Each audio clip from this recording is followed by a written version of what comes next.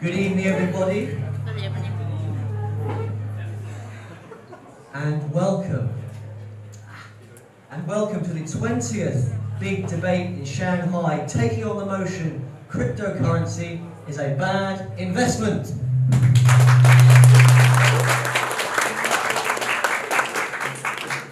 The sound's a little bit dodgy, Ian, if we could do a little bit about that in the background.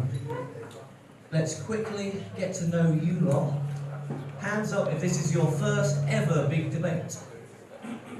You're a big debate virgin. It's the first time you've come here, maybe half, maybe less than half. Hands up if it's not your first debate. You've been here before, once, twice, 3 times, 4, 5. You're all very welcome. So my name is Liam McManus. I'm the founder of Big Debates, and I'll be your host and moderator for this evening. Let's first do a quick little poll. You can remain anonymous if you want to, but if you would like to share with us, just by putting your hand up, hands up if you would like to share that yes, you have invested in cryptocurrency. Maybe you have Bitcoin, maybe you have another altcoin. Alright, we've got a few investors in the room. We've got some people with skin in the game. Their money's where their mouth is. Okay. We'll see how many of you want to invest after the debate.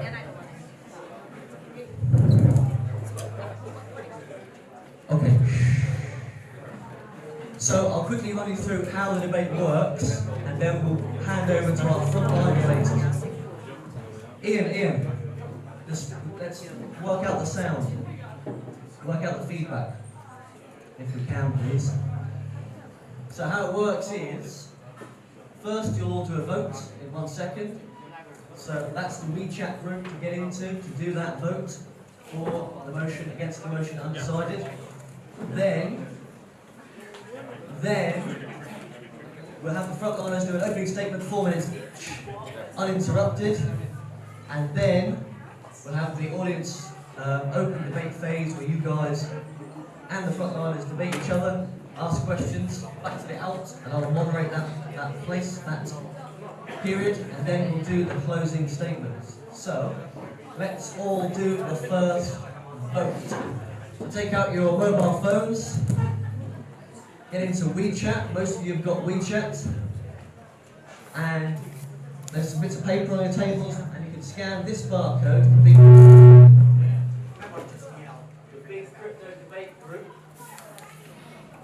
Scan that barcode, and we'll post the vote in there. You can vote for the motion, against the motion, undecided. So if you're for cryptocurrency as a bad investment, you agree that it's a bad investment. So you're against cryptocurrency, but you're for the motion. If you're against the motion, then you disagree that cryptocurrency is a bad investment, and you're for cryptocurrency. What's your question? Did you see it? How do I reset it? This is supposed to be recording the live view. How do you get it back up and recorded? Guys, since apparently we're not going to be able to use the microphone, if anybody can't hear us when we're talking, 4 minutes. please let us It know. says it's complete. Like that?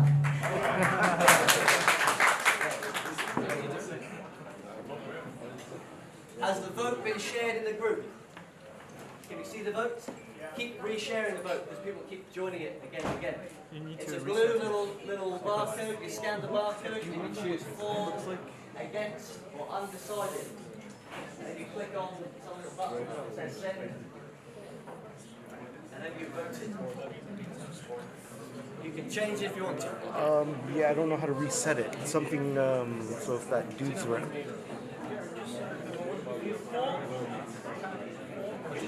Hands up if you've already voted. Hands up, you voted successfully. Well done, well done. You voted, you voted, you voted. You voted. If you need help, people around you can help you. You just press this. How's the microphone now? Still got some feedback. You just try. Yeah. Okay. Yeah. This is my first one. Okay, everyone's voted. Everyone's tried to vote. Let's move on.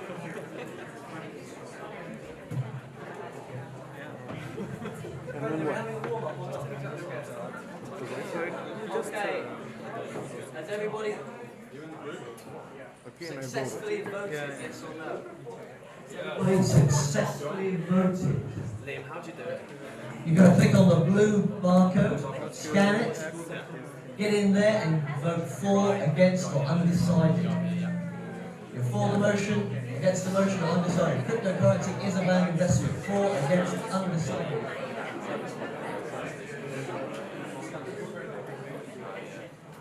Here we go. Yeah. Okay, Brendan, are we do a warm-up or not, Brendan?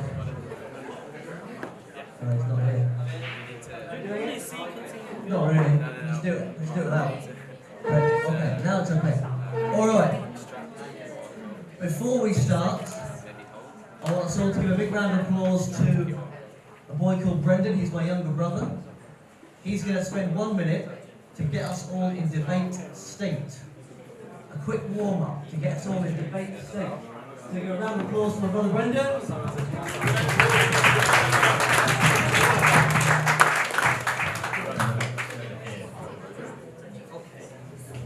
Okay, thank you.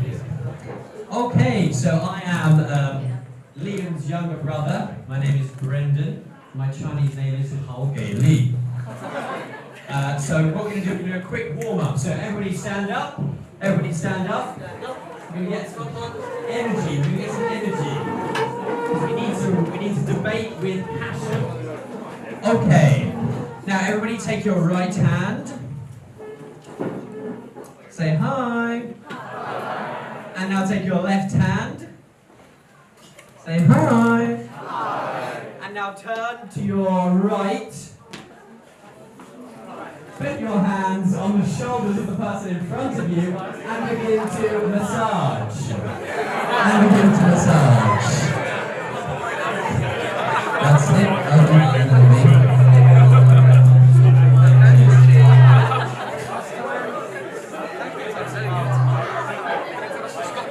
And really enjoy it. And now stop, turn the other way, the other person, and massage. And if you're enjoying it, tell me you enjoy it. Harder, softer. I'm tuning you out of your massage. Okay, and now stay standing. Do not sit down. Stay standing. Stay standing. Okay, put your hand up if you are aware of what going to the moon means. In crypto terminology. Okay, that's enough. Okay, so going to the moon means crypto is going to go to the moon. It means the price of Bitcoin and crypto is going to rocket up. So, what I wanted to do is, I want everybody to point at the person next to you, the prettiest person, left or right, your choice. Point at them and say, "We are going to the moon," and then give them a high five. Do that now.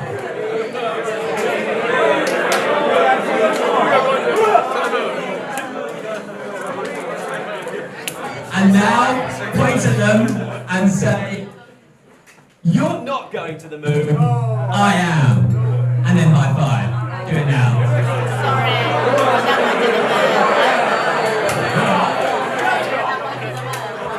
Okay, and now say, "We're both going to the moon," and then give them a big hug.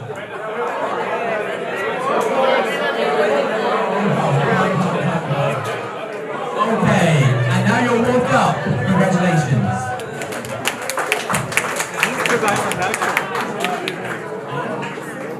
Thank you, Brendan. We are warmed up on the moon. Okay, so worked out the microphone. The deal is we stand far away from that little thing there. So frontliners, get as close to these handsome men as possible. As far away from them. Okay, let's kick off. So, we've just brought you up, now we're going to bring you back down. We've got 4 minutes each per frontliner. To my left, they are arguing for the motion, cryptocurrency is a bad investment. To my right, they are arguing against the motion, cryptocurrency is a bad investment. We'll have 1 for, 1 against, 1 for, 1 against, 1 for, 1 against. And there'll be 4 minutes uninterrupted. So we ask for complete silence. If we can close the door, we ask for complete silence. And then after that, we can get a bit noisy.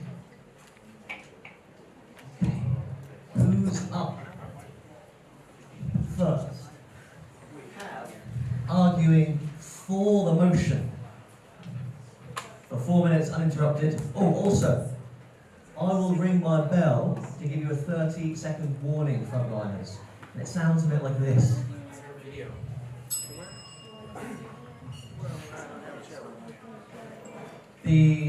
That's the bell, and that gives you 30 seconds. You've got 30 seconds to shut up. Okay. First up, arguing for the motion, cryptocurrency is a bad investment. We have Michael Friedman. He is an American director at, do I pronounce it Shun River Capital, a boutique investment and private equity company. He's been in China 17 years and enjoys adventure. Michael.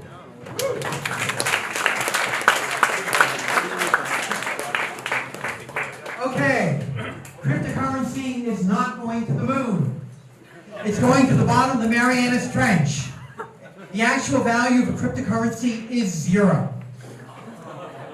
So let's look at it like any other financial asset, because that's what it is. Equities are worth the net present value of dividends. Real estate is worth the net present value of rents. Cryptocurrency is worth the net present value of what? Of nothing. Because that's what you get from a cryptocurrency. Now look. Did you switch? Sorry. Right. You look at what's actually happened with real assets. Stocks. If you invested in stocks 200 years ago, $10,000, you'd have $5.6 billion now. That's because you took risk and you got the net present value of dividends. Bonds, $10,000 would have turned into $8 million. Still pretty good. Gold, $10,000 would have turned into $26,000. Sorry, my mistake. $28,000. Big difference. Makes you a lot happier, right? Gold has no dividends. Gold has no interest. It's a shit investment. And that's what it's been for the last 200 years. Cryptocurrencies, about the same, but worse. Because there's no real shortage. You can make as many of them as you want. Next. There's no scarcity value. People say, oh, there's only 21 million Bitcoin. But what about Ethereum? What about Bitcoin Gold? Ripple? Bitcoin Lite? Ethereum Classic? Dogecoin? Fuckcoin? Dentacoin? Fuckcoin's real. It's crap, but it's real. There is no limit. It's as if you could just make gold light. If I could make gold light, Doge Gold, Classic Gold, and all these other new golds, how much would gold be worth? Nothing, because there'd be no scarcity value. Next. You also have to think that cryptocurrencies suck for transactions. Take a look. The 24,000 transactions, I forget if this was per second or per hour. Per second. Per second on Visa. Wow, that's a lot. Ripple, second best, 1,500. The others, all less. These aren't transaction currencies. These are toys. Okay. Actually, hey, you're up. Okay. Still get 4. basically made my point here about why these things aren't worth any money. Okay? At the end of the day, an asset is worth its return. That's how you value a stock. It's how you value a bond. It's how you value real estate.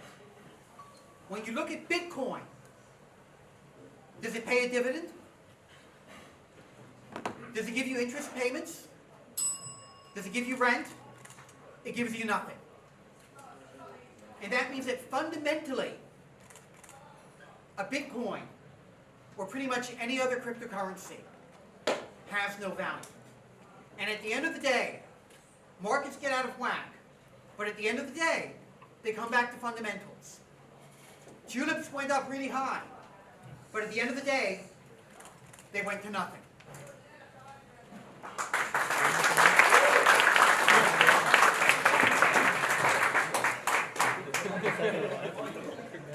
Okay, I think sound system's recently changed in here, so we're just going to use our strong, bellowing voices. Front lines, that's plan A. Next up, arguing against the motion. Cryptocurrency is a bad investment. First up, on the against side, we have Alvin from Singapore. He works at Bloomberg in the fintech industry. He enjoys golf, snowboarding, and is an advocate for fighting poverty. Alvin!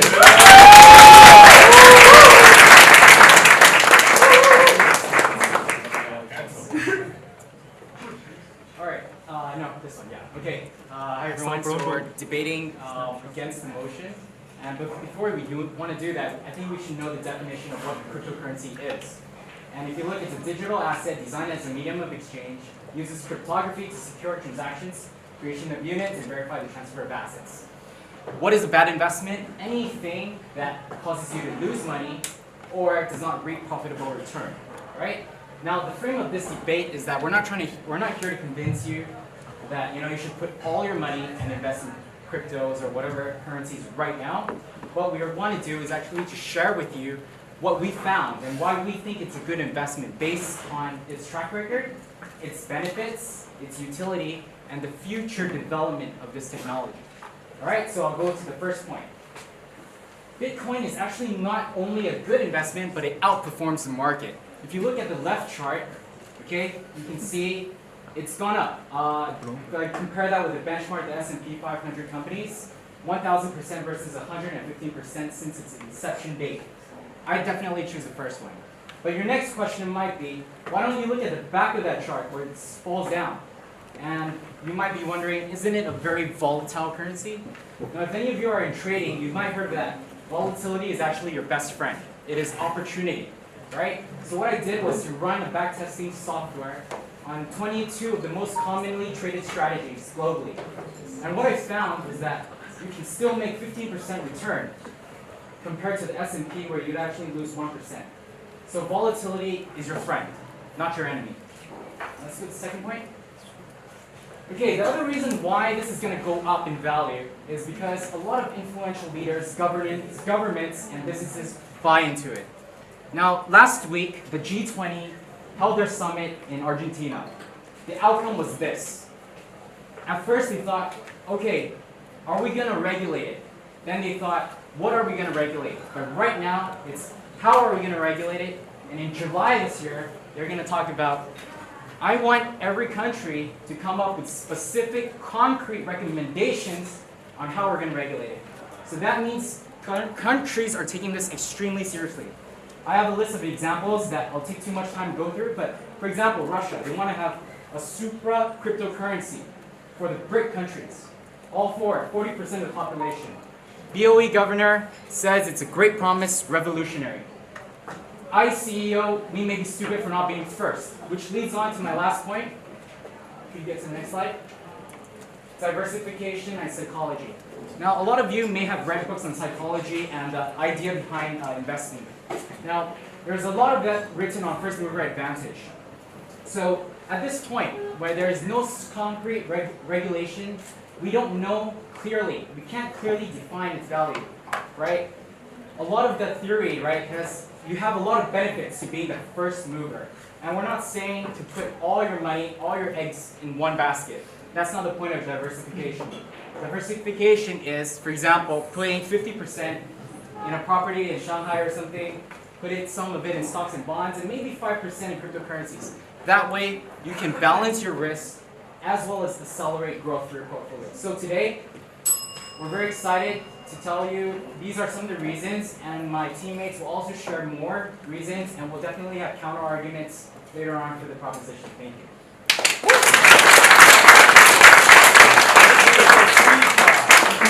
Thank you, Alvin. Second up, arguing for the motion, cryptocurrency is a bad investment. We have Henry. Now, Henry is a bit of a legend because Henry is filling in today for Albert, who originally planned.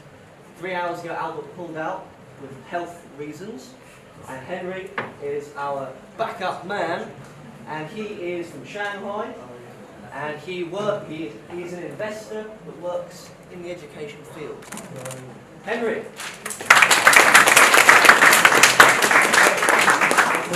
Next slide. Okay. Great. So I think Alpha had. No, earlier. That's that's the one. Okay. So are you ever going to use your currency? I think the value of the currency is really a couple of things, right? One is really it's a medium for exchange. You can use to buy things for transaction liquidity, right? That's the value of the currency. And the second is actually you can buy things in exchange for other things. I mean, earlier I think Liam asked about like the audience, like who has traded currency before. Before you walk into tonight's debate, I'm just curious to know how many of you think actually the currency value is going to go up? Okay, raise your hand. Well, let's just take Bitcoin, right? I mean, that's one of the main ones. If you think the value is going to go up, you can raise your hand. Temporarily. In the long run, I mean, right, it's a good investment. How about the value will go down? Okay. I mean, I think, well, I didn't count carefully, but I think it seems like more people think the value of the currency will go up, right? When you have a currency, if everyone expects the currency to go up, what will happen, right? If you can buy a pizza today with 1 coin, and you know you only need to have spend half coin on pizza, what would you do? You're probably not going to spend the money, or you use something else to pay for it and keep your coin, right? And this is like a classic case of deflation, right? In the past few years, if you think all the government, the central banks, the Fed, the PBOC, the Bank of Japan, they all print crazy amount of money. For what? Because they're afraid of deflation. Because deflation can really choke up the economy and it's really bad for us. Every central bank wants to have some kind of inflation. But that's based on your value of the currency relative to the goods you can exchange. It will devalue, right? So this is the one reason. I think if a lot of people, most people think the currency will go up, you're not going to spend it, and it will lose the value as a medium for exchange. Another thing I think let's go to the next page. Okay. So another thing I think argument about the value of the currency is, well, we can have a parallel economy. We can stay out of the government, stay out of the regulation, and do things, and perhaps even not pay tax on your profits. Well, from our experience, this is not going to happen. If the government figure out a way to tax you, they will do it. And if the government, if there are fraud and mismanagement in the currency, people will want government to step in. So if you think we can have a parallel economy that without the intervention of the government, this is not happening. If you look at China, right? Last year you can trade coins on exchange, use RMB, and you sell it, get US dollar, whatever. It's not going to happen. So the government will figure out a way to intervene, to regulate it, if they think there is a revenue for government. If they think it's the efficient way to collect tax and they can get more money out of it, then the money they need to spend on collecting that tax, government will do it. And also, when there is fraud or mismanagement, the government will step in. Right? Just like Benjamin Franklin said, there are only two certainty in life, death and the tax. So the government will get involved. Let's move on to the last slide I'll have. I always had a great slide to show you a great value roundup of Bitcoin. Well, I'm not sure how many of you have heard about the tulip bubble happened in Netherlands in the 17th century. It had a similar fantastic run-up of the value, and it crashed. People at that time spent 10 years of their income on above, and it crashed. So we don't see the value in the future of coin. All right, thank you.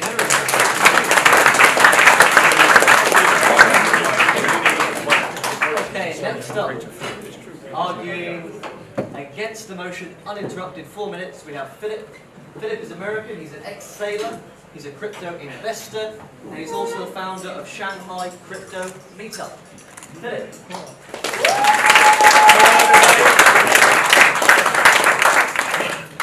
I'm going to be reading most of this, I'm sorry, I didn't prepare very well.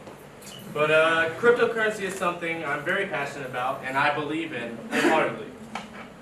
Me and many others view it as one of the biggest innovations in technology since the internet. The underlying technology in Bitcoin and most other cryptocurrencies, blockchain, can be implemented in so many different aspects of our day-to-day life. We can quickly and securely transact peer-to-peer without borders, intermediaries, or others getting in the way and taking potential profits. Eliminate costly overhead and lower many cases of human error when it comes to transaction records and bookkeeping. With improvements it has already had in its relatively short lifespan, we now have blockchain 2.0 with platforms like Ethereum, Neo, EOS. We now have systems that can implement trustless smart contracts that can be used in anything from casting a vote to executing a will. It can also be used like Venn or Walton chain to better optimize supply chain and logistics and help curb the counterfeit goods or unsafe food products. I could not possibly even come close to listing all the possibilities in this short amount of time, so I'll move on. Blockchain is something that many people probably don't understand, even probably most people here, I would imagine. Distributed ledger, hash functions, delegated Byzantine fault tolerance, ICO, and terms like this are some things that you can easily get lost in. So instead I will try to compare it to something that most of you probably do have some information about. Today's bank system is much like the information system before the internet. If you wanted to share a message or a medium or media, you would have to go to a newspaper company, TV broadcaster, radio, etc., and ask permission to post your ideas or media. If you want to send money to someone now, you must first ask the bank's permission and trust they do it for you. That was necessary for a while, but as humans have evolved past the need for that, blockchain is essentially the internet of money. Some of you think we probably already have that right now with things like PayPal, WeChat Wallet, Alipay. But the truth is, that's not the case. With the internet, we can share our ideas and communicate with anyone, anywhere, at any time, almost instantly. But we can't do the same with our money. If you were an inventor in, say, Belarus, and you wanted to buy products from a company in China, a lot of the times you would have to go to your bank, or first you'd have to find the product, negotiate a price, go to a bank, get a money order, send it to the company you're trying to purchase from, and this can take several days or even up to weeks. With cryptocurrency, you can send that money instantly, and it can cut down a lot of the time and a lot of fees through banks and also and postal services. With blockchain, we can eliminate most of that cost. Also, blockchain is much more secure than the internet. You can choose who has access to your private data and who doesn't, because you can store it on the blockchain and only you are in charge of your private personal key. Many people don't really worry about this on a day-to-day basis, but with major hacks and centralized databases and misuse of clients' personal data that we've seen with Companies like Equifax, Target, Ashley Madison, and most recently Facebook and Cambridge Analytica, we have an increasing user base of people that are more concerned with this. And with the blockchain, we can help eliminate a lot of these problems. That's all I have time for today, so thank you.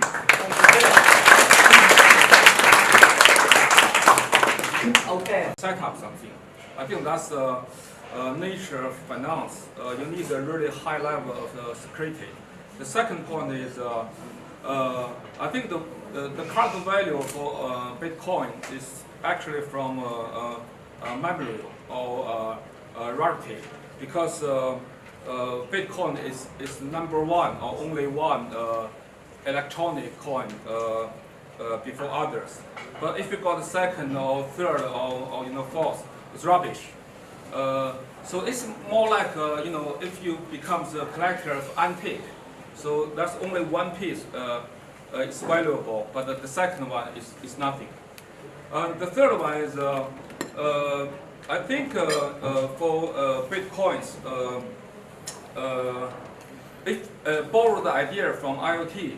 The IoT, the solution is upload all the information from the real objects onto the cloud, and you got something. It's like a dummy. And IoT we call it shadow. So the shadow is kind of ID of real objects. So you can do the transaction between shadow IDs, but the real transaction will be happen on the real world. So by this technology, you can link the virtual world and the real world together, and to avoid inflation. Otherwise, there's no association between the real one. You lost control. The last one is sorry. I know. Okay, the last one is I think in the future the currency could be redundant if everything becomes digital and computable. The reason why we need a currency because we don't know the value for each object. That's why you need to do evaluation or calculation. So that's why we need fiat money. But in the future, maybe not. So I would suggest, if you are opportunist, you can do bitcoins or cryptocurrency for investment. That's a really good one. But for the long term, I don't think so. That's my point. All right.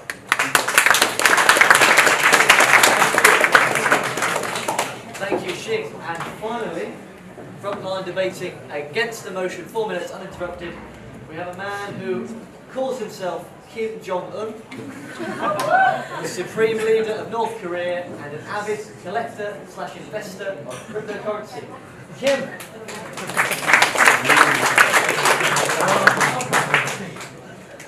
Hello everyone. As we come to a close of the first round speeches of our House, I will speak about a singular point to reiterate more broadly what the honourable gentlemen on our side of the House have already uttered. The point is that we need not persuade you to believe that Bitcoin and by extension other cryptocurrencies are not a bad investment.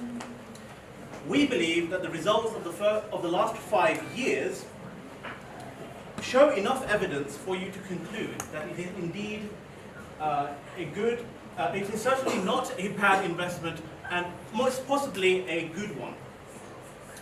It is perhaps such a good investment that many have termed it the greatest wealth transfer in history. Such is this event in which people who have had no prior exposure to the financial world or have never possessed an investment portfolio suddenly have made their millions from owning some, as some of my friends call it, magical internet money. And they're continuing to do so. What is a good investment? Well, much like in the financial world, for the crypto universe, it is anything that delivers an acceptable profit for an acceptable amount of risk. Bitcoin is just one cryptocurrency amongst thousands, and they all possess varying degrees of volatility and risk. If you see the chart in front of you, you can witness that despite Bitcoin's reputation as a high-risk asset, it has in fact remained remarkably stable throughout this 5-year period. Only in the the last year has it soared to the moon in this unprecedented bull run that changed history as we know it. What other commodity, asset, or currency has provided this kind of return in the last 20 years? The only thing that comes to my mind is the dot-com bubble and the companies that were established after it, such as Google, Facebook, and Amazon. So knowing this, you should ask yourself, is it really a bad investment? I think not. I'm not telling you to sell your house and your car and your kidney to go and invest in Bitcoin. That would be hazardous for you and your kidney. What I am saying, however, is that if you are a seasoned investor, or even if you are a newbie, then placing a small amount of your portfolio, small amount of your funds, and for an investor maybe around 5 to 10% of it, into Bitcoin or any of the other coins is an extremely wise decision. If it were a bad investment, such as any other investment that provides little profit for high risk, which it has not proven yet to be, then I see no need in avoiding it. However, let's go to that. So let me speak very quickly about this one coin I've invested in called VeChain. This will be very amusing for some of my friends who are watching this live stream at the moment, for they know I rightly harbor an intense loathing for this coin. It's very strange that I'm shilling it here to you tonight. Nonetheless, it has personally given me a lot of gain, and it can help illustrate to you what I mean about Bitcoin not being a bad investment. Okay. So if you look at the charts here, you can see my long position right at the bottom there. This was made around in December the 12th. I bought this position for converted some of my Bitcoins to buy this position at $0.3. Okay, very cheap, very cheap. Then you can look at my sell position right there at around $9. Okay, I sold at that peak, and it was fantastic. Let's say I'm enjoying the fruits of that labor very much. Nonetheless, VeChain is a very different coin to Bitcoin. It's a completely different world. Okay, I'm just telling you guys that this is something that is certainly a good investment and not a bad one. So, if you have already invested in Bitcoin and other currencies, then I do not doubt you will vote for our side of the house. If you have not, then I do not urge you to make a decision tonight. Rather, reflect upon what we have said and to conduct your own research. Once you have done so, you too will see the fantastic future that is there thanks to the wonders of blockchain technology. Thank you very much.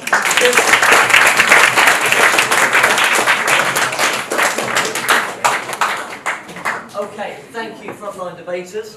I apologise for the microphone situation. We will do it with our lungs.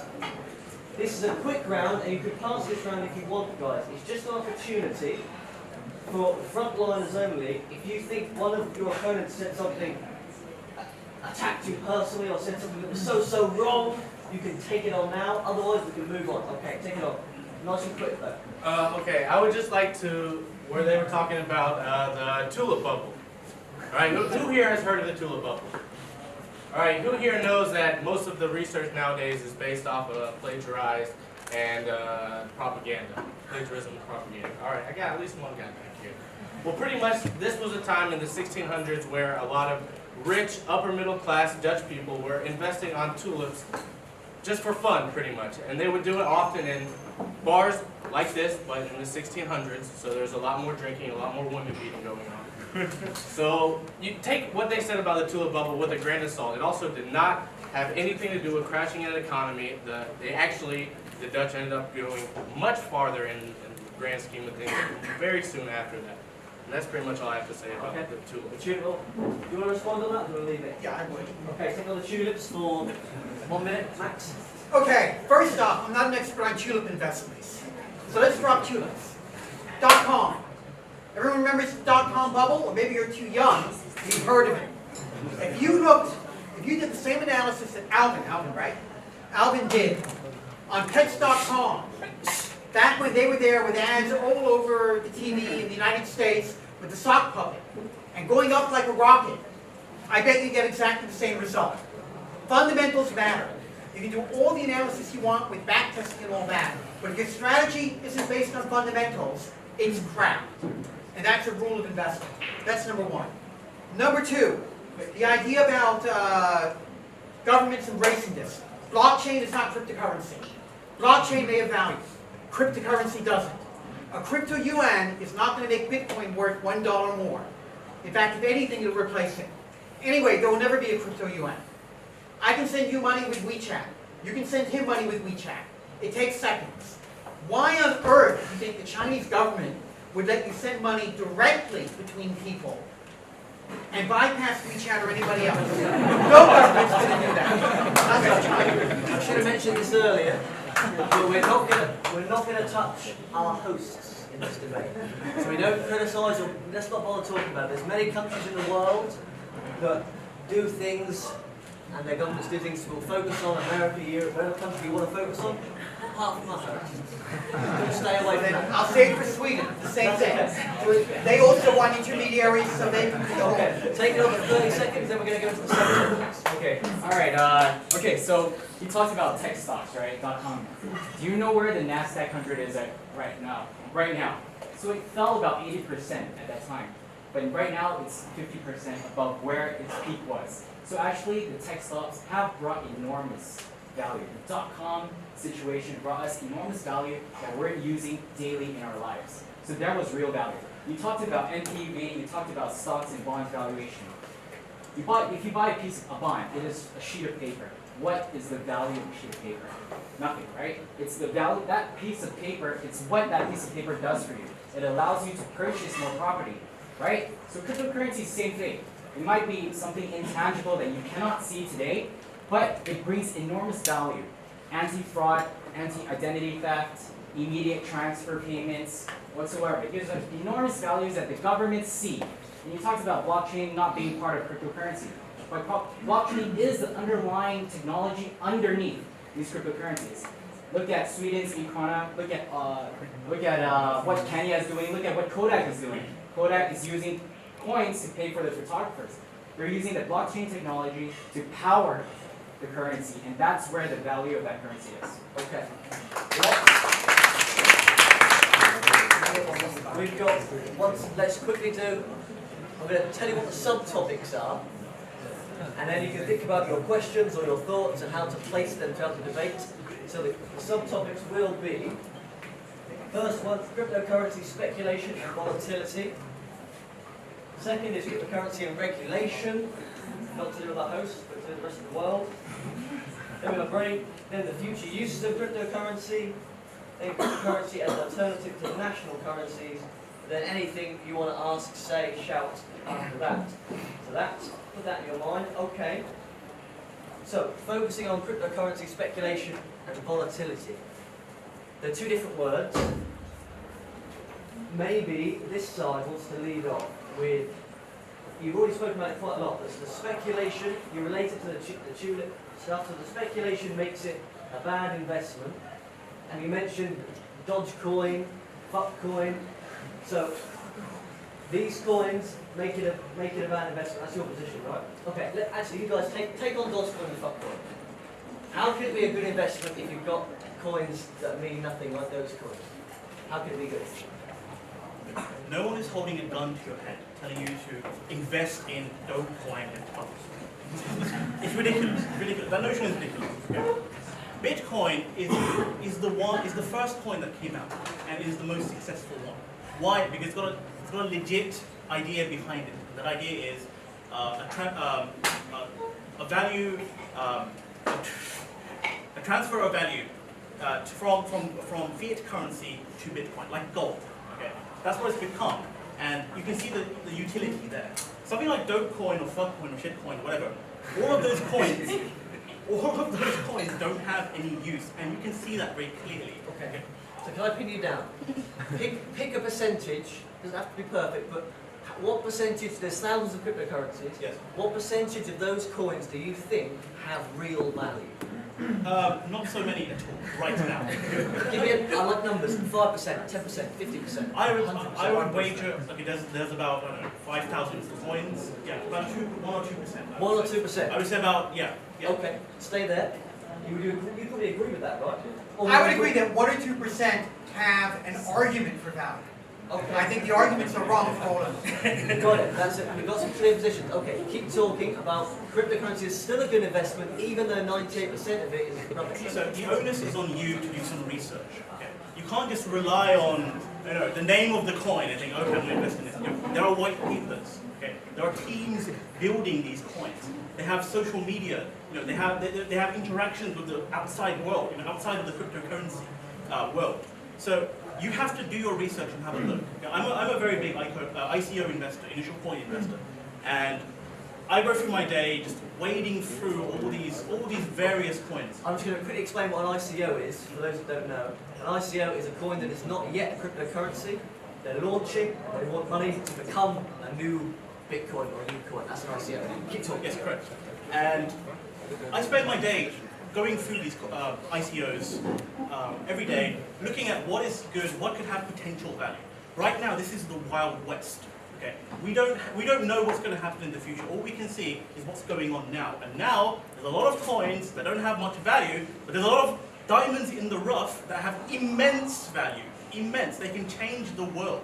And if you keep an eye out for them, you can also make a lot of money. This is the principal idea. Okay. And so it's not a bad investment. It is an okay investment. Maybe a good one. Okay, I'll bring Henry in. Do you agree that there are some diamond coins?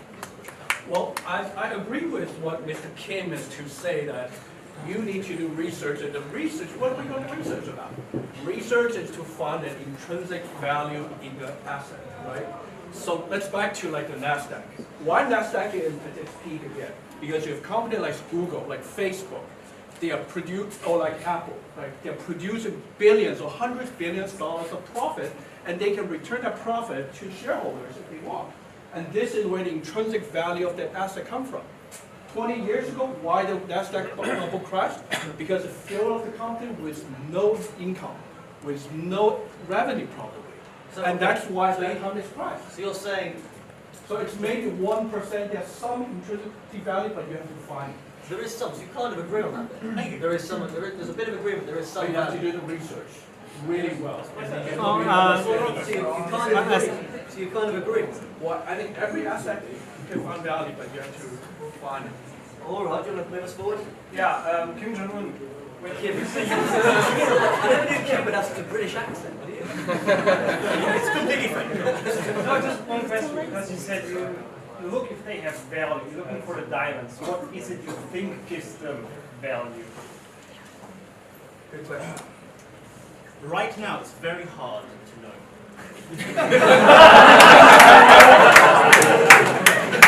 I'm being honest. It's more of an art right now. It's more of an art. But all I can tell you is everything I've invested in from January onwards, they've all given me a gain of at least 1.5 to 2 times of what I put in.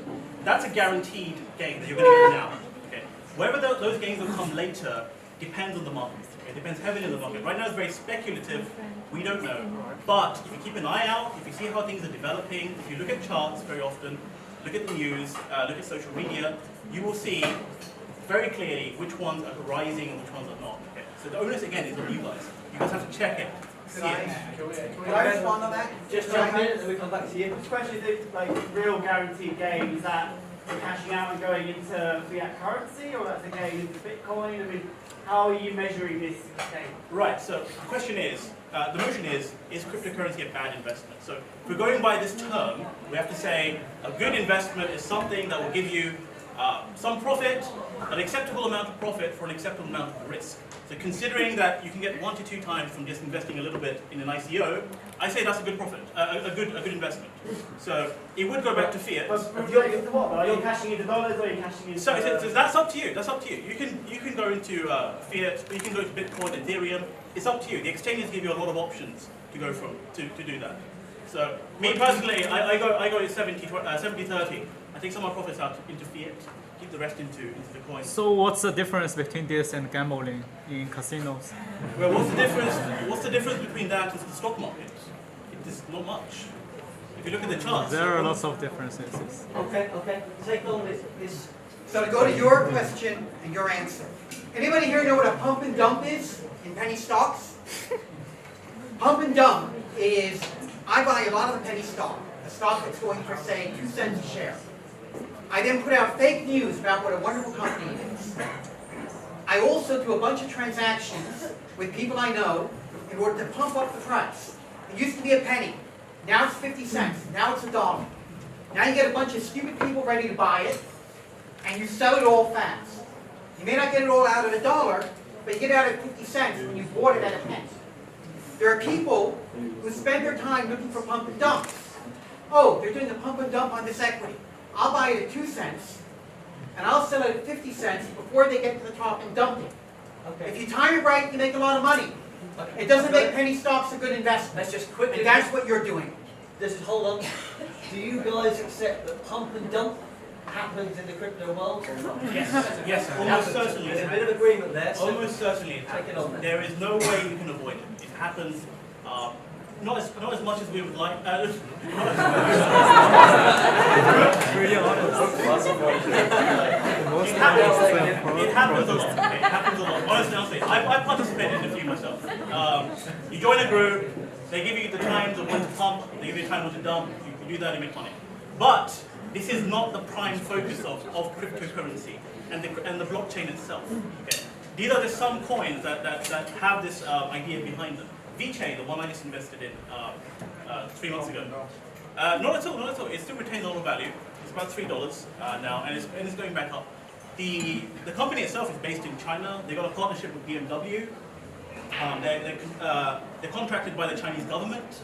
It's a fairly legit company. It's by itself, and it has a lot of scope. Okay, this is a very good one. A pump and dump would be something like Tron, or ChainPod, or Verge, or Tron. These are very famous in the crypto world for being scams. Okay, you look at them, you know it's a scam.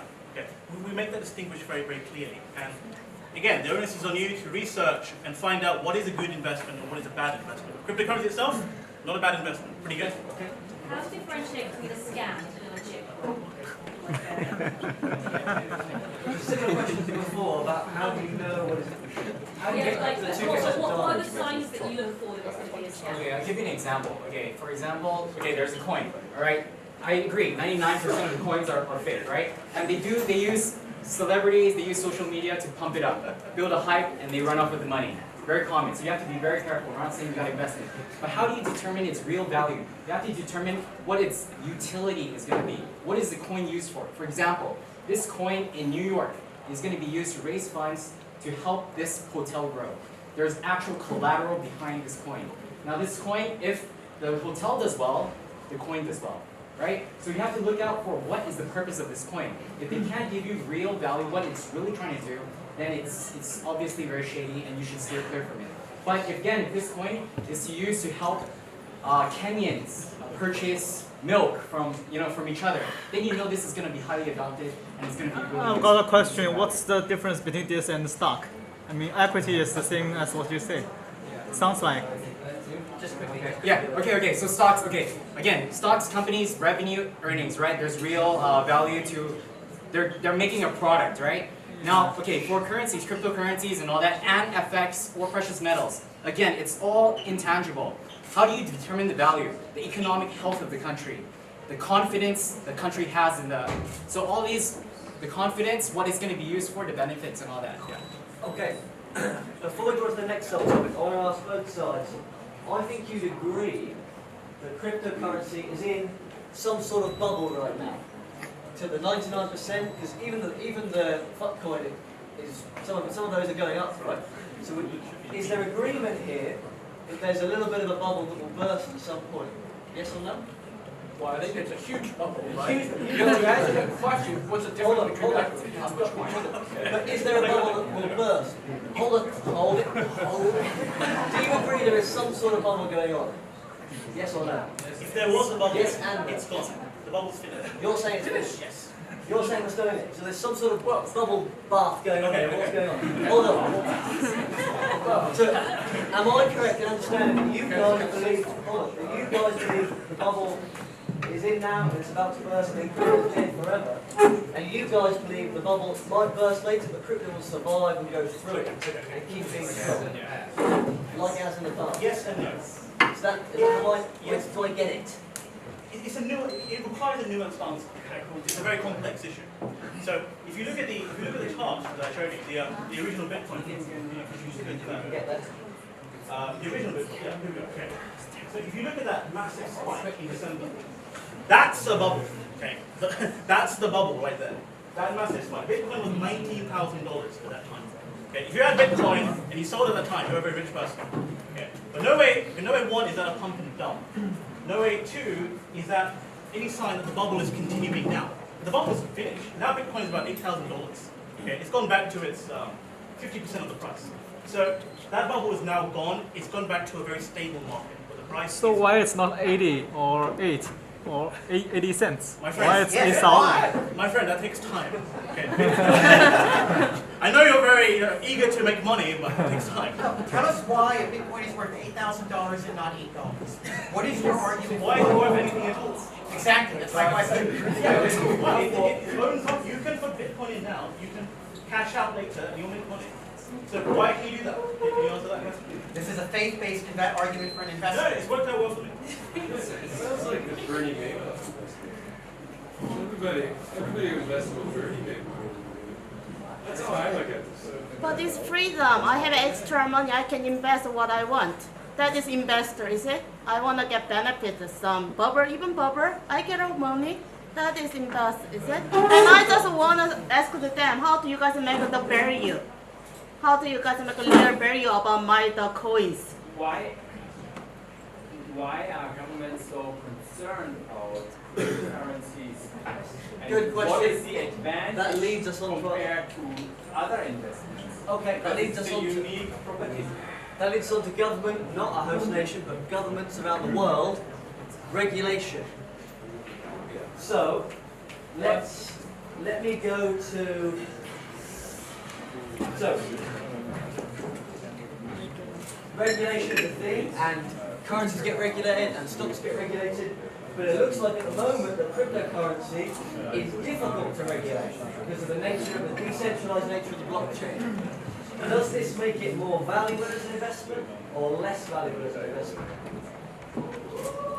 Right. When it comes to regulation, I believe that is not only inevitable, but it is necessary for the future.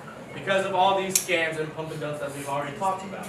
I feel like when regulation does start to come into place, it will eliminate a lot of these shit coins, as you will, and we will have a lot more of the core products that are actually useful. When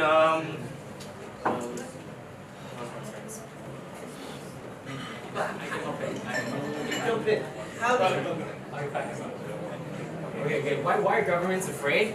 Okay, because. all right. So not only that, governments are not really afraid of it. When they came to the G20 summit, you know how many countries actually claimed it was illegal? Does anybody know? One. Out of how many are in the G20 summit? So does that sound like a lot of them are really afraid of it? No. So, and also when it comes to this, is a lot of the stances on it are the dot-com bubble was way larger than the entire crypto space was right now. So their position on it right now is it's not big enough to even worry about right now. It's unregulated at this time because it's not worth the time and effort to regulate it because of the amount of people who are actually at risk. In the future, as it grows, yes, there will be regulation, and I think that will be better for the crypto sphere as a whole. So hold on. I don't understand this. Isn't the regulation, isn't the fact that it's decentralized and it's difficult to regulate, isn't that the whole point of it? Isn't that what makes it great, that it's not controlled by anyone else? No. It's not? No. What am I misunderstanding here, Kim? Not all cryptocurrencies are open-ended. Not all cryptocurrencies are open source. Okay. VeChain, what I talked about, that's a closed source program, blockchain. So they have the blockchain to themselves. It's private. No one can see or tamper with it or anything like that. So it's only regulated. Okay. Bitcoin is a public ledger. So if you regulate it, okay. The question is, if you regulate, what is the negative effect? Sure. Yeah. So what could be the negative? There isn't much really. I mean, regulation is actually better in many aspects. Okay. It removes the uncertainty of the darknet markets, for instance. Okay. It brings it to a more public space where people can appreciate it for its utility rather than the rumors that go around it. Okay. So you're saying with regulation, cryptocurrency gets better. Do you respond to that? Do you agree that regulation will make cryptocurrency a better investment? I think it would be worse. It'll make it worse. Yeah. And you already think it's terrible. Okay. I think my point is, how to say, I think in long term,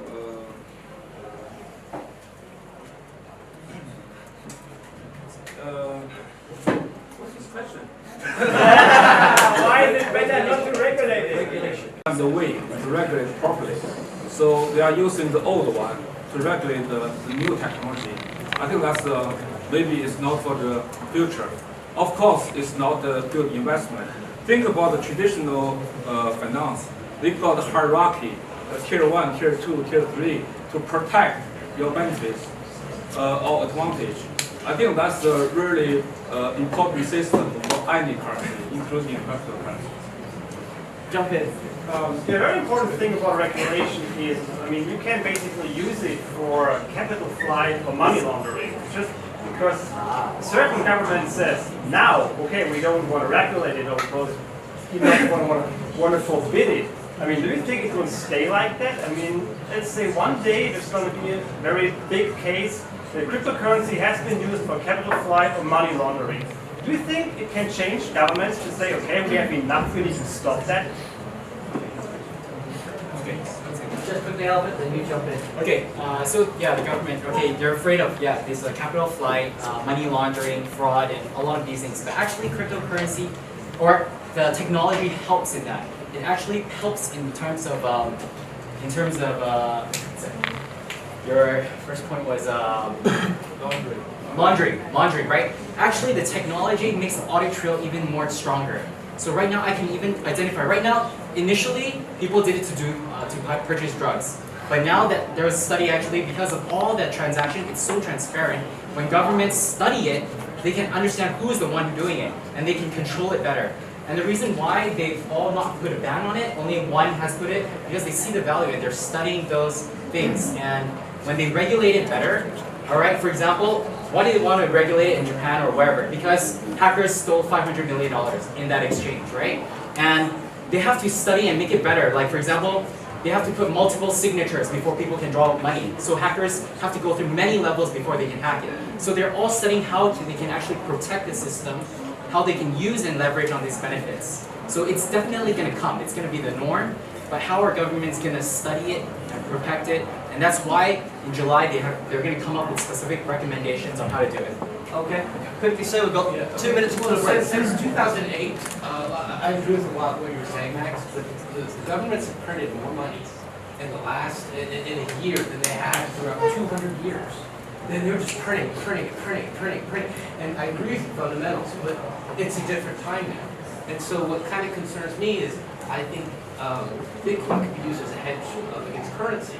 And the fact that it's unregulated means that if there is a sharp devaluation in currency, where else are you going to go other than Bitcoin and gold? So you're saying Bitcoin is a good investment for those reasons? Because it's so much printing, there's no way to get out of that. If you can play the stock game with borrowed money. What else are you going to do? Right. So humans control fiat, and they print money, and that can lead to bad things. And you can't control. Bitcoin can't be printed. Bitcoin cannot be printed more. Doesn't mean it cannot be controlled. No. Does not mean it cannot be controlled, because the same markets that sell it control it. Your exchange markets control it. Your people that buy control it. Your people that sell control it. So by putting money in Bitcoin versus gold, gold still retains the value. You can still exchange it. One month later, it's the same value. Bitcoin, 1 month later, if it's $1 or $50, that's a different conversation. We're not arguing to disband the use of gold. We're not arguing that at all. In fact, we're for gold. We're against fiat currency. Fiat currency isn't, like the Honorable Gentleman said, fiat currency is inflationary. Okay? It loses value over time. Whereas gold and Bitcoin... And so Bitcoin is not inflationary. It's deflationary. It's completely deflationary. Because there's a limited amount, limited supply. So that's the Even point. if there is 1,000 of them and 99% of them fail, which is a different conversation, it's still deflationary. The fact that there was 1,000 of them created, actually there was 5,000 of them created according to you in the past year. So However, that's not inflation. However, that doesn't mean it's a bad investment. It doesn't mean it's a bad investment for that 1%. The 99% that lose their money, the 99% that cannot go back to the government and ask for help, I understand. for them it's a bad investment. I understand your frustration. I understand. Let me just say, who here has some investment in a commodity like gold, or property, or stock? Okay, I was expecting the whole place. But that's fine. That's fine. Okay, so do you know how easy it is to buy Bitcoin? It's remarkably easy. Just go to an exchange, put in your details, buy some. Okay, it's very cheap. It's incredibly cheap. You can buy it very easily, and over time, as time progresses, more and more people are buying it. I didn't care about this 2 years ago. I had no idea what the hell it was. I thought it was a scam, whatever. Now I'm here arguing to strangers about it, wasting valuable hours of my life. That's how good I think it. That's how good I think it is. And honestly, it is not a bad investment. This is the main thing. It's all about making that $0.2 to $0.5 to $9, $100. Well, you didn't say it's still wise. Okay. Let's take a break. Take a break, and then you'll kick us off the next round. You've got 4 minutes. How can we use cryptocurrency in the future? What's one use do you foresee? Can we use it as payment? Is it going to wipe out the banks? What do we think? Well, you can use it as an investment, which is what we're here for, right? Fundamentally, right now, most cryptocurrencies don't have their use laid out yet. Okay, we have an idea of where a lot of them are going, but many of them haven't been set up to work the way they want to yet. Okay, so right now it's very speculative. This is the main thing. Because it's very speculative, it's still a good investment, not a bad one. Okay? It'll be an awesome investment if we can use it in the future, right? And it has lots of useful value. It'll be even better than now. So it's already good now. Okay, give us an example. How could we use it in the future? Persuade us. How can we visualize Bitcoin or an alternative coin being used in the future for something of value? So I'll give you an example of like Kodak. Okay, so Kodak right now they're paying their photographers by points. Okay, so it's easier to facilitate payments. Now, one reason it's not like it's going to replace a lot of the things we see. It's just going to add extra value. So, for example, PayPal. When you pay with PayPal, you probably have to log in with your credit card details and certain information. A lot of that information can lead to identity theft and fraud, right? But when it comes to cryptocurrencies, you choose what sort of information you want to exchange with the other peer in order for the exchange of the good, right? So you can express limited information, which then reduces the chances of fraud and identity theft. So I think that it's still going to be used as a regular, the same way you use any currency. It's just in a digital form like Alipay, but it's just that it's going to be a lot more encrypted. It's going to be a lot safer, and just also easier for, let's just say, I'm trying to take money out of this country that I'm in, and it's extremely difficult. It's extremely difficult because I have to go to the bank. And I have to go to the middleman, and I'm going to watch him print one sheet of paper 200 times. But if I had this thing, I could just transfer that immediately. Without so just to summarize the point, it's valuable because you can exchange crypto overseas and cut out the middleman. Immediate transfers, lower transaction fees because there's no middleman or lesser middleman involved. Right, and you don't have to use your name, just a number. You could use whatever information you want to disclose that the other party is willing to accept. So take all those. That sounds great, doesn't it? Okay, so first off, I really love Kim Jong-un's proposal. Cryptocurrencies are good for what? They're good as investments. That's great. Guys, I've got another investment for you. It's a tissue. I bought it for 1 renminbi. Do I have a taker here to buy it for 10 renminbi? Because a month from now, you can find some idiot out there who'll buy it for 100 renminbi. Who's going to give me 10 renminbi? 10 renminbi? Nobody. Okay.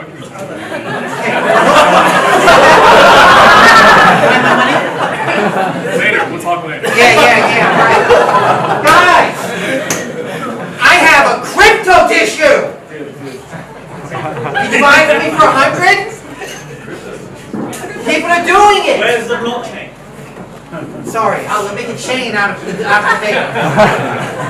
Come on, if all it's good for is an investment, that is your plastic bubble. It has no value. Take on the point. The overseas Good. transaction. I got asked about a year No ago. middleman. Right. I got asked about a year ago to invest in a company whose basic raison d'etre was to help companies make payments to other companies, move money out of a certain country without having to go through foreign exchange regulations.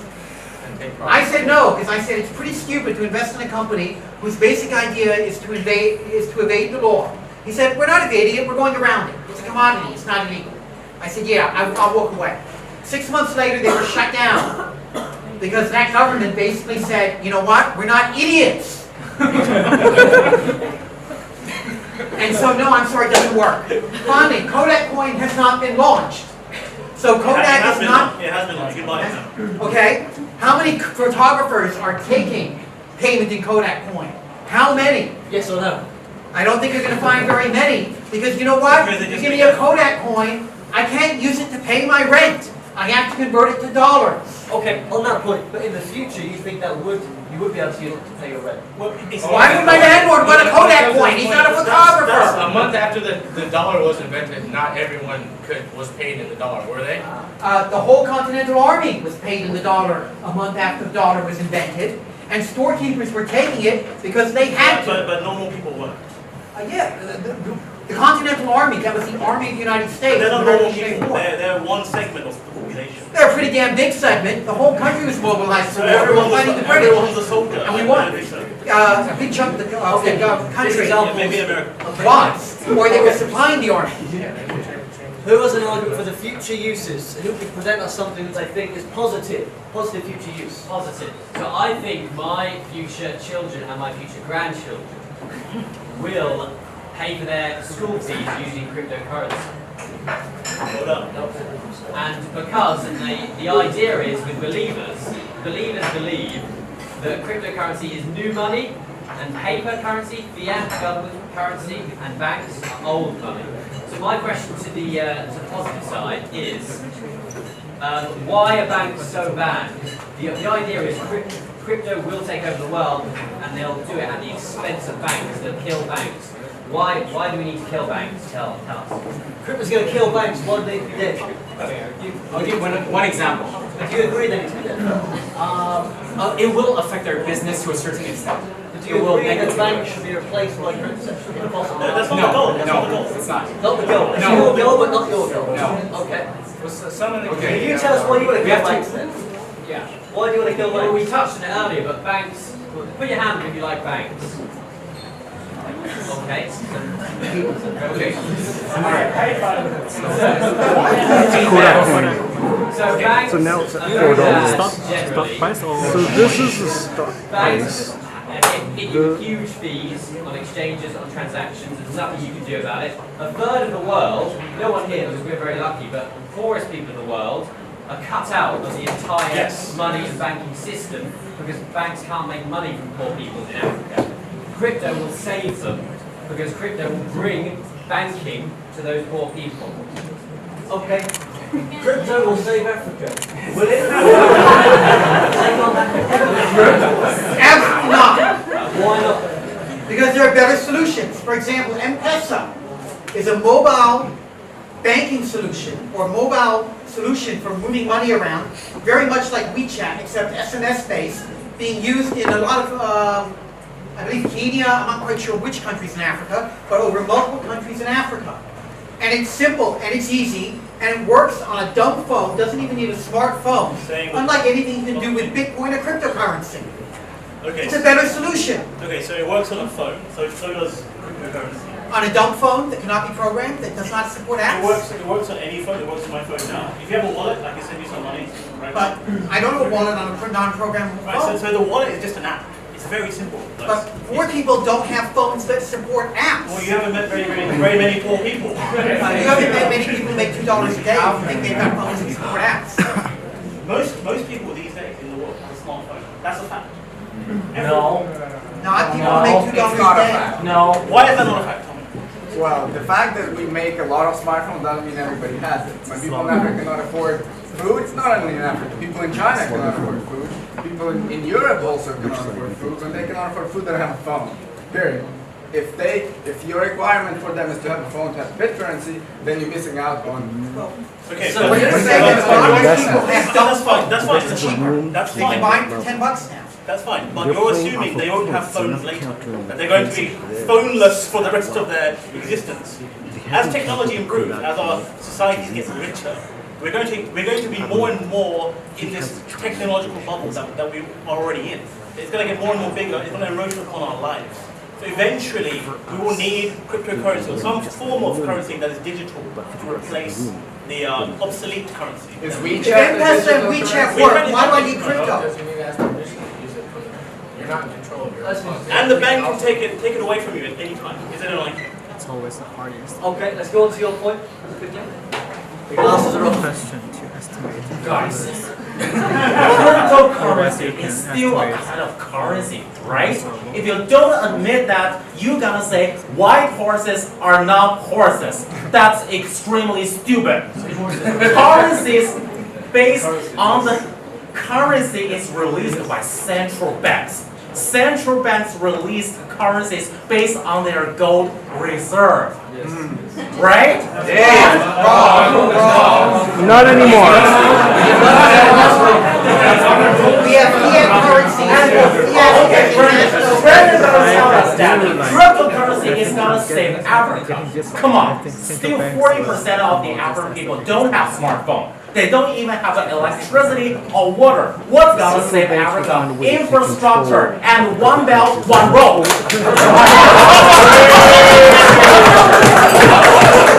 Okay.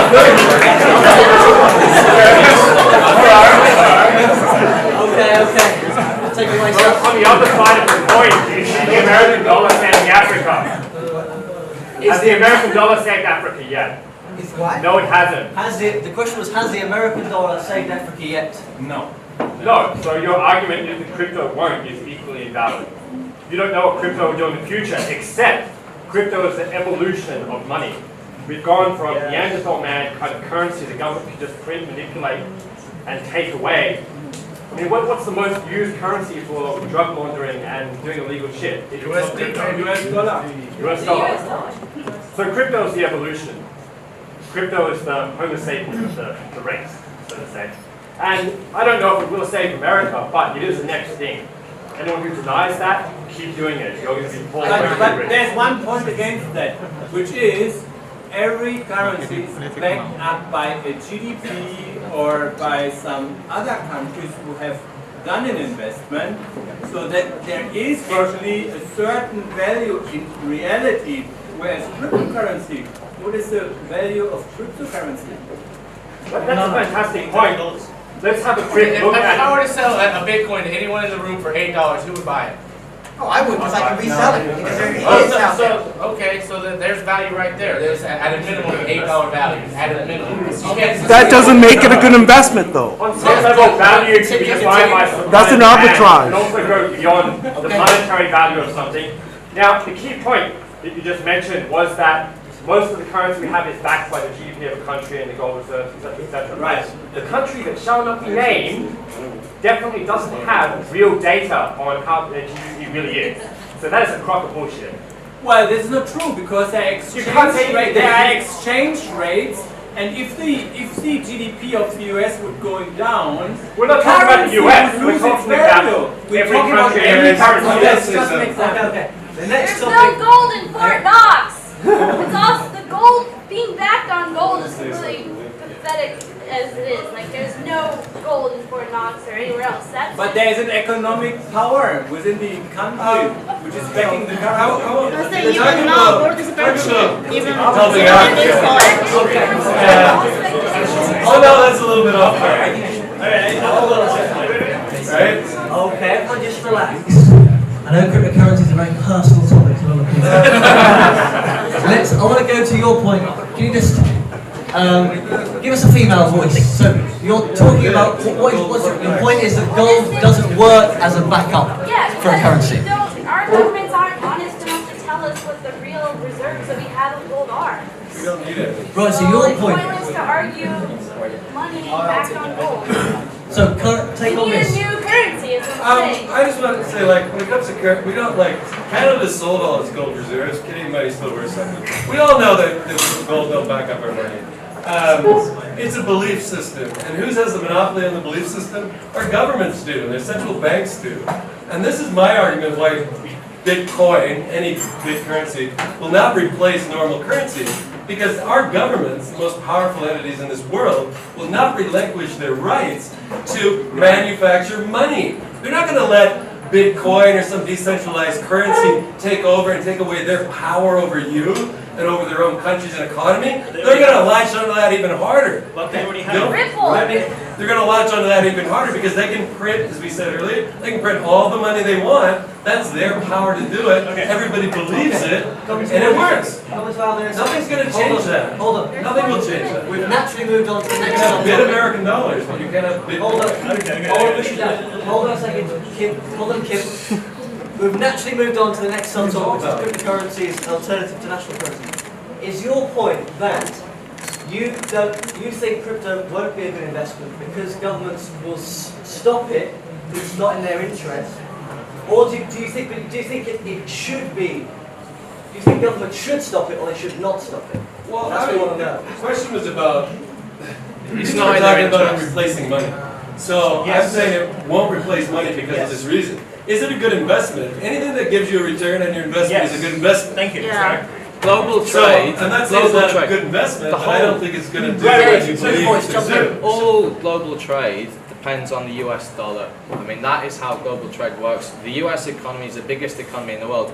The country that we won't name owns a lot of government treasuries. That is a huge amount of the US the trade deficit is $1 billion per day. China gets paid in US dollars. They buy government treasuries. Do you think China wants cryptocurrency to replace the fiat dollar? Absolutely not. The one, and if you want to talk about Africa, then if the fiat collapses based on the two most powerful nations, the whole global trade will completely collapse. And you're going to talk about ultimately mass starvation, basically, because global trade depends on the US dollar as it is right now. And that's Cryptocurrency declining. It used to be 65%, it's dropping to 60%. China is sort of at odds. They want... So China wants to sell more than it imports right now for the Chinese economy. Your point is global trade, particularly with the powerful nations, will suffer if the USD goes down. Without not necessarily cryptocurrency. Cryptocurrency can't replace fiat currency. One of the reasons Our argument is that cryptocurrency is a good investment. We're not trying to say it should or will replace it. So but it's at direct odds. But do you with think it should replace it or not? No. Yes, it should. Alvin, tell us why it should. Okay. All right.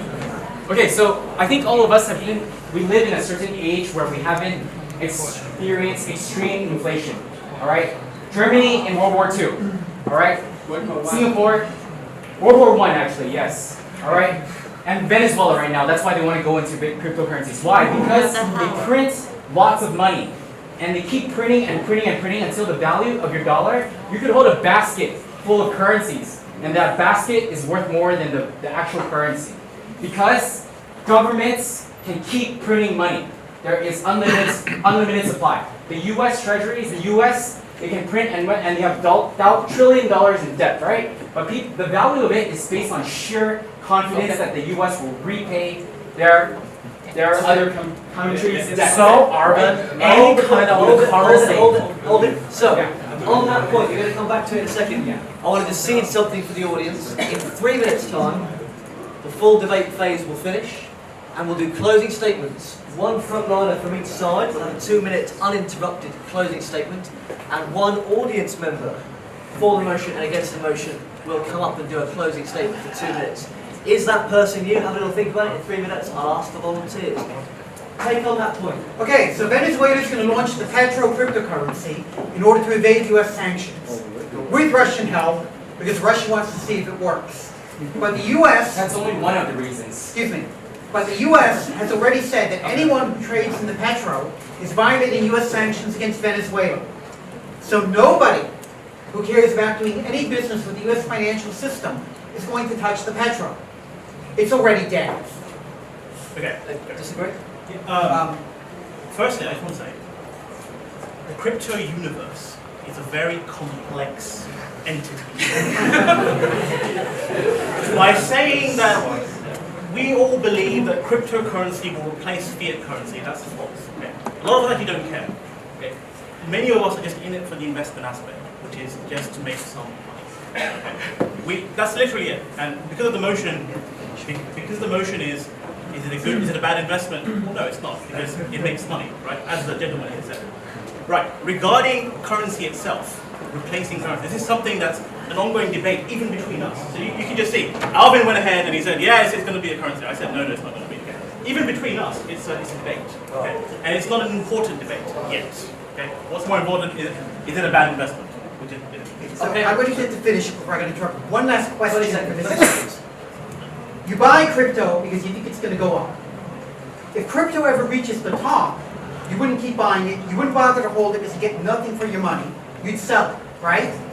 Can crypto go up forever at a faster rate than stocks, bonds, etc.? Okay, if not, then at some point you're going to sell it and it's going to drop.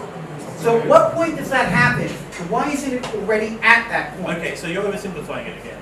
So let me just say, that chart I showed you with the V chain, yeah, everything goes up and down. There's an element of technical analysis. Okay? When you look at charts and things, you can predict how the motions will go. Okay? There are some members of the community who just hodl, or we say hodl. It's like the term for holding the coin. Long story behind that. But they hold the coin for a very long time. It's a culture actually. They just want to hold forever. Even the down period, even in the up period, they'll just hold. It's people like me who sell. Okay? That's a debate between us. And it doesn't affect whether it would be a bad investment or not. Hold all your voices just for a second, guys. Let's do it. Let's take. Actually, we need to look. I apologise. We haven't got much time for audience ideas. Let's at least take one audience question, idea, anything that is cryptocurrency related. Push us in a direction, preferably a new voice, otherwise new voice. Shoot. Okay. You're not a new voice. I'm not very knowledgeable about this and I came to learn about it, but what I have heard in the past is economic systems using really shady and destructive, taking advantage of the free market.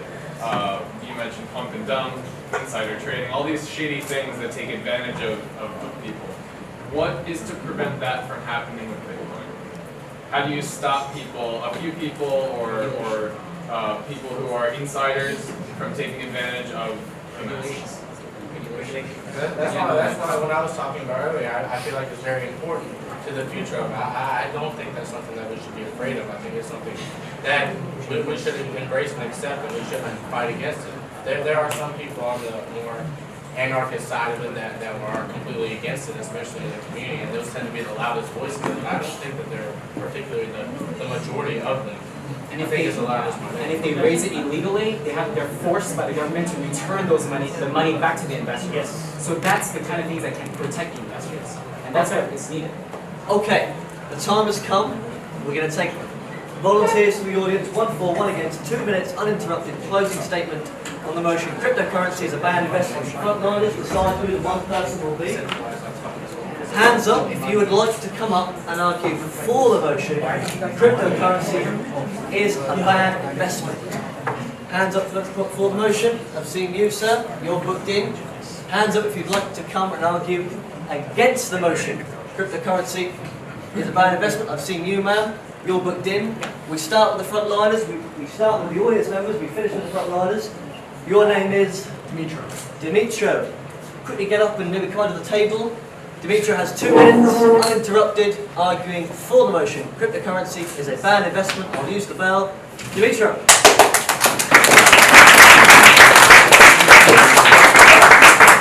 So, to not give any new information, what we've learned today, we're really trying to focus on investment part, not on the money, even though the two are related. But what we seem to hear today is that Bitcoin is really good for investment, but not really anything else. The Bitcoin is really good for privacy. That was never an argument. Never an argument. So there is, Bitcoin is good of removing intermediaries, making it cheaper to transfer money and do whatever you want with your money, and that's all nice and good. But the question comes down to these intermediaries that are currently in place, the people that stand in the middle, why are they there? Are they there to make things easier, make things better? Are they there to control and protect, or are they just there for fun to collect your money? To think that Bitcoin make it more private, Bitcoin allows you to take control of your finances and don't give it to your banks. It's frankly a false statement, because yes, you control your money, but somebody else is holding on to it. And if you ever want to give your money to somebody, somebody's still in the middle moving that money around. Think that you're getting rid of banks and getting rid of fees. Your fees are still in place. The fees now on Bitcoin transfers are higher than the fees on the money transfers. Why is that? Because, well, a lot of reasons. Volatility is one of them. The cost of the transaction is another. But there's still people in the middle. There's still government involved. And as investment, it doesn't store value because it fluctuates all the time. You can't exchange with it because it takes forever, or not everybody accepts it or whatever, so it's not money. So it can be too, it's not money, it's investment. Investment, what does it do? Buy and sell? Well, great. Other pyramid schemes also relate to buy and sell. So let's all buy and then sell on time, and we build ourselves a nice pyramid. Thank you, Richard.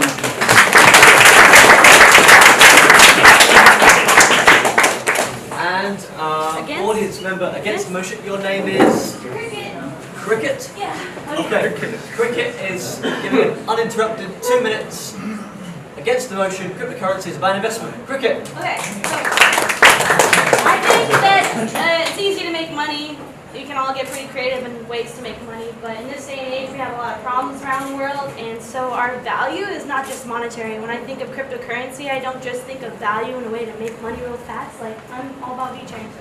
But we have bigger issues at hand, and when we have these coins that mean something, we can fight things that have meaning, like humanitarianism and blockchain technology, and just having more control. Decentralization on a lot of different industries are important.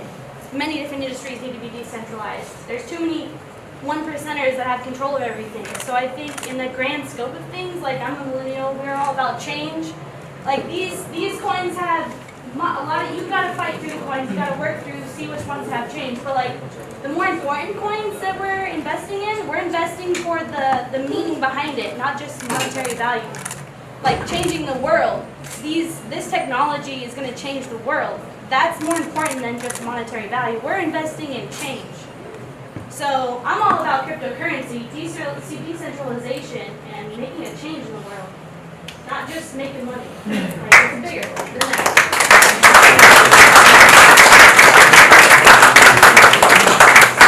Thank you, Cricket. And finally, arguing for the motion, cryptocurrency is a bad investment.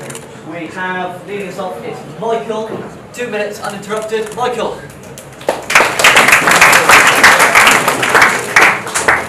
So, cryptocurrency, what's it useful for?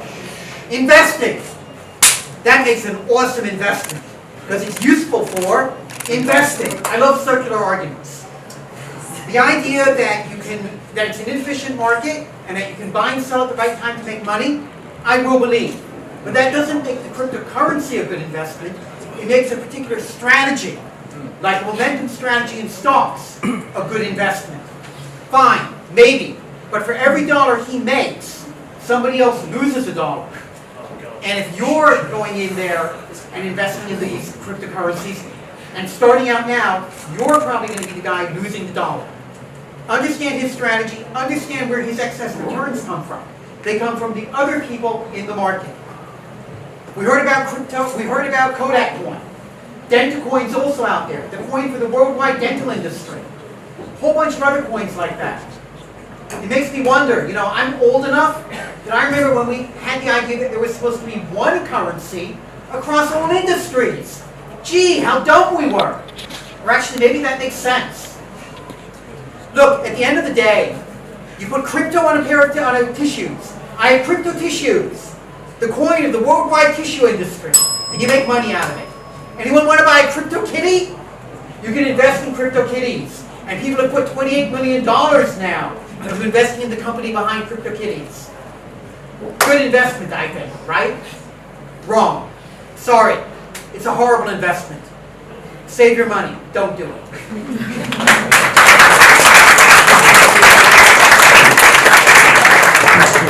Thank you, Michael. And finally, we have Alvin. It's 2 minutes. It's uninterrupted. He's arguing against the motion. Cryptocurrency is a bad investment. Alvin. Okay. All right. We talked a lot today about the speculative nature of cryptocurrencies, and yes, there are benefits to being investing in anything speculative. You can always make money upwards or downwards, but we want, as the previous frigate mentioned, we want to invest in change. If we look at the evolution of payments from barter trade, trading a chicken for an egg or whatever, and then moving on to cash, there was fear in that, there was hesitance in that, and then people printed fake currencies. There was a lot of counterfeits, and then we went to checks. And then you guys knew that movie, Catch Me If You Can. You make a lot of fake checks. And then we move on to like Alipay. But we're evolving. We're taking baby steps. We're improving every step of the way. And governments recognize that too. That's why they believe this is the technology that will take us to that next level, that will give us those benefits, that won't allow corrupted current countries to abuse their nation, their citizens, by printing more currencies, eroding its value by 50% in one day. So with all this technology, it's really going to add greater benefits to the society. And well, not yet. Let's do the final vote. Take out your phones, get in the Big Debate WeChat group, you should all be in there already. And we're going to send Ian and Will, if you can help me out, we're going to send in the next vote, the final vote. You vote for, against, or undecided. Get in the group, you scan the blue vote, and you click your for, against, undecided. And your vote will be counted, you'll have had your say, and we'll announce the results very, very soon. Everyone looks like they're doing well on that. We've got about a 90% turnout in the first vote, really good.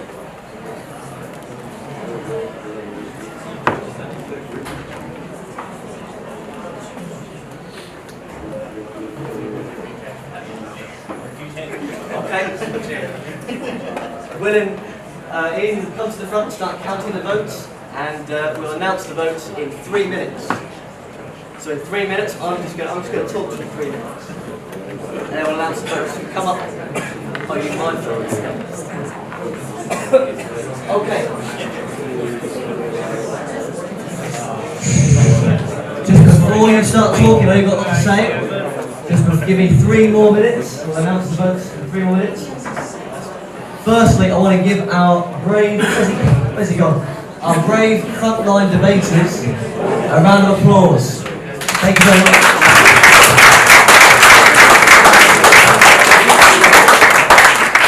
It takes a lot of guts to get up here and speak about a complicated new topic, and I really appreciate frontliners. The hardest bit of my job, finding people with the balls and the courage to come up, so I appreciate it. Okay, 999.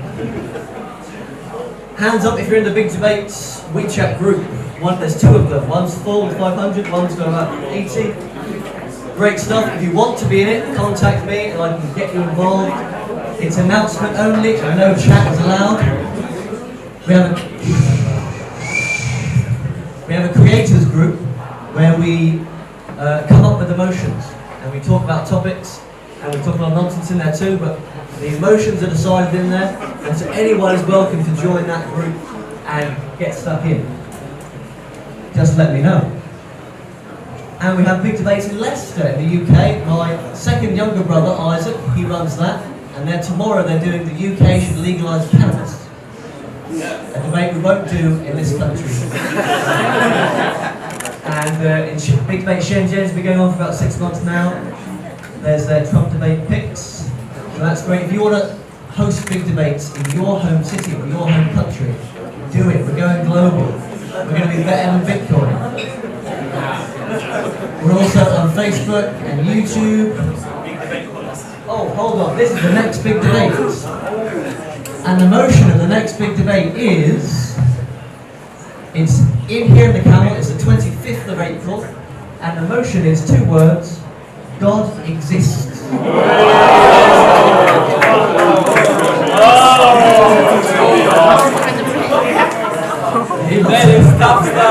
You can be for the motion, against the motion, undecided. Wednesday, 23rd God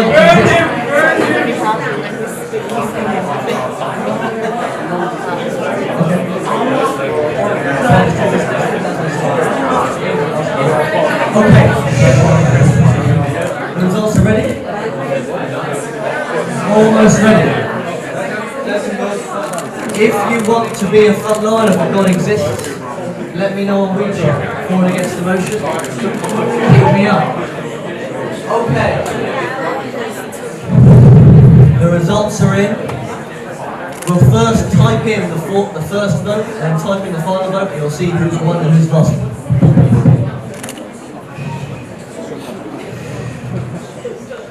How do we decide a winner? It's the biggest change in votes that decides the winner.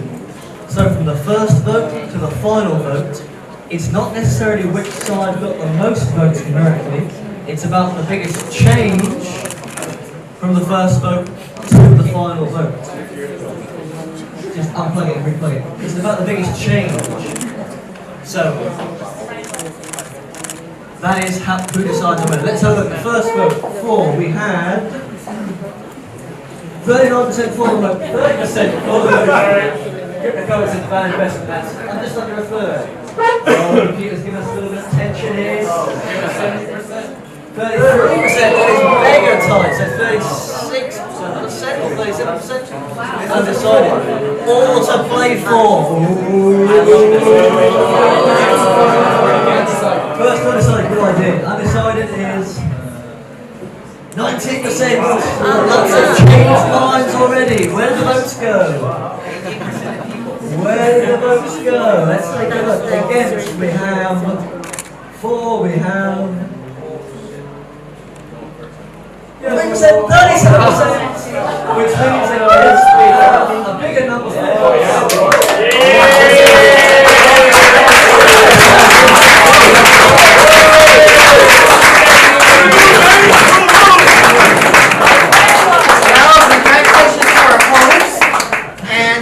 I really hope that you guys do not put your money where your mouths are, because they're going to be pretty savage. Okay, so we can all go home and invest in Bitcoin. One more round of applause for yourselves and the frontliners. See you next time.